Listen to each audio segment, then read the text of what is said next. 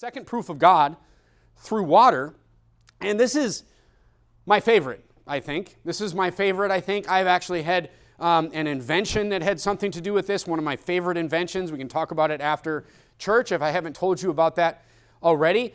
But it has to do with lakes and how lakes and bodies of water freeze. All right? It's called the temperature inversion of water. And if you can't see God when you see this design, so first of all, think about this. When you have a lake, when you go out to the lake this weekend and go swimming in the lake, where's the coldest water in the lake? The coldest water in the lake is going to be when you jump in. It's kind of warm at the top because the sun heats the surface, of course. Makes perfect sense. But if you jump in and your feet go down, you're going to start hitting those thermoclines, and that water's going to get colder and colder and colder as you swim down in the lake. But one of the interesting things is in the wintertime, something interesting happens. All right, and you're not going to see this in California because nothing really freezes here. Well, maybe if you go to the mountains. But once the temperature hits 39 degrees, the lake freezes from the top down.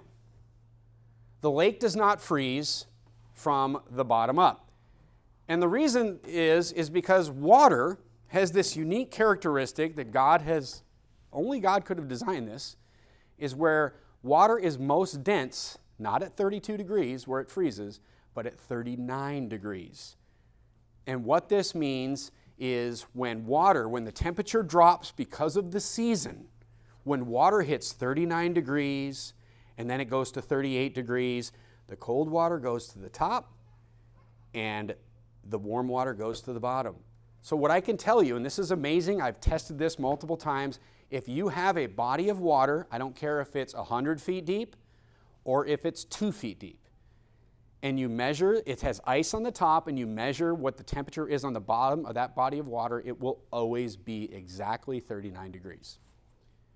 And the reason is because water is most dense, meaning it's most compact, it's heavy, it has the most mass per area at 39 degrees. This is why when you put a soda can in the freezer and it freezes, what happens?